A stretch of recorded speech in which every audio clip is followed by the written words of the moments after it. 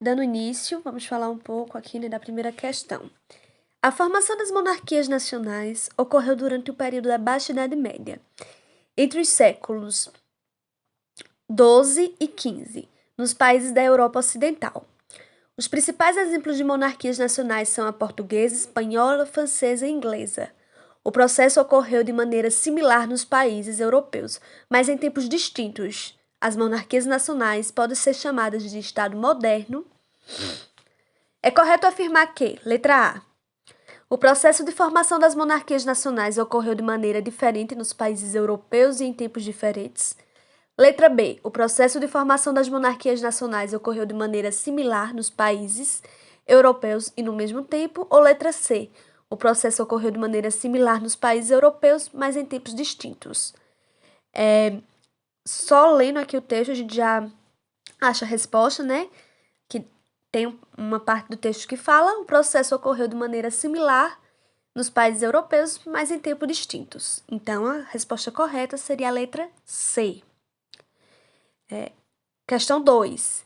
Em que período ocorreu a formação das monarquias nacionais? Né? E aí, aqui também, logo no início do texto, fala: ocorreu durante o período da Baixa Idade Média. Terceiro, cite 2 exemplos de monarquias nacionais. Então, aqui, fala o quê? Os principais exemplos de monarquias nacionais são portuguesa, espanhola, francesa e inglesa. Então, só é de escolher 2 dessas e colocar. Quarta questão. O processo de centralização política nas mãos do rei foi o símbolo da formação de estados modernos na Europa. Entre os principais aspectos que caracterizam as monarquias nacionais estão a burocracia administrativa, a força militar, leis e justiças unificadas, sistema burocrático. Pergunta: qual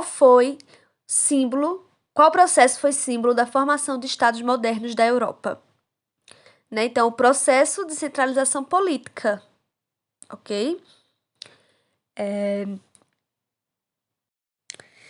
A questão 5. Cite 2 aspectos que caracterizam as monarquias nacionais. Né? Então, aqui no texto também fala: entre os principais aspectos que caracterizam as monarquias nacionais estão a burocracia administrativa, a força militar, leis e justiças unificadas e sistema burocrático. Então, qualquer resposta dessa estaria correta. Certo? Sexto, Estado absolutista é um regime político surgido no fim da Idade Média, também chamada de absolutismo. Se caracteriza por concentrar o poder e a autoridade do rei e de poucos colaboradores. Nesse tipo de governo, o rei está totalmente identificado com o Estado, ou seja, não há diferença entre a pessoa real e o Estado que governa. O Estado absolutista surgiu no processo de formação de Estado moderno, ao mesmo tempo que a burguesia se fortalecia ao longo da história com a centralização do Estado moderno. Várias nações passaram a formar Estados absolutistas, como Inglaterra, Espanha e França. A pergunta: o que é Estado absolutista? Então, logo aqui no início fala: o Estado absolutista é um regime político surgido no fim da Idade Média, certo? Sétimo, o que caracteriza o absolutismo? A gente volta para o texto, né? O absolutismo se caracteriza por concentrar o poder e a autoridade no rei e de poucos colaboradores. Seria a resposta. Oitavo, cite uma nação que teve Estado absolutista. Então, aqui no fim do texto fala como Inglaterra, Espanha, França. Então, temos exemplos, certo? Só citar esses. Nono, sobre o absolutismo, é correto afirmar que a pessoa real e o Estado que governa são distintos. Não há diferença entre a pessoa real e o Estado que governa. Não existe pessoa real no absolutismo. Logo no texto fala, né?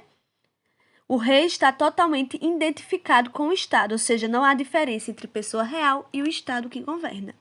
Então, a resposta certa seria a B. Não há diferença entre a pessoa real e o Estado que governa.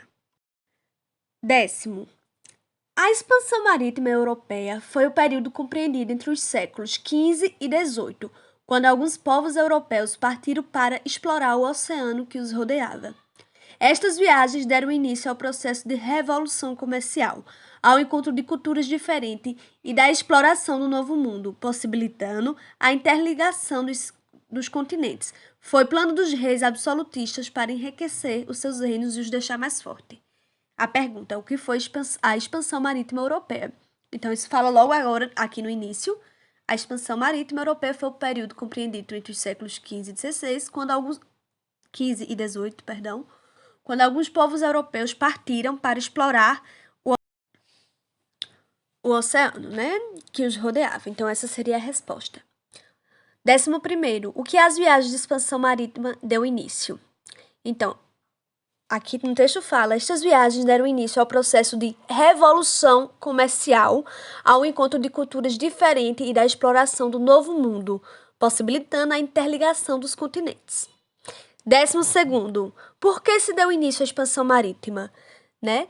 E aí tem aqui, no texto, se deu porque foram os planos dos reis absolutistas para enriquecer o seu reino e os deixar mais forte. Certo, gente?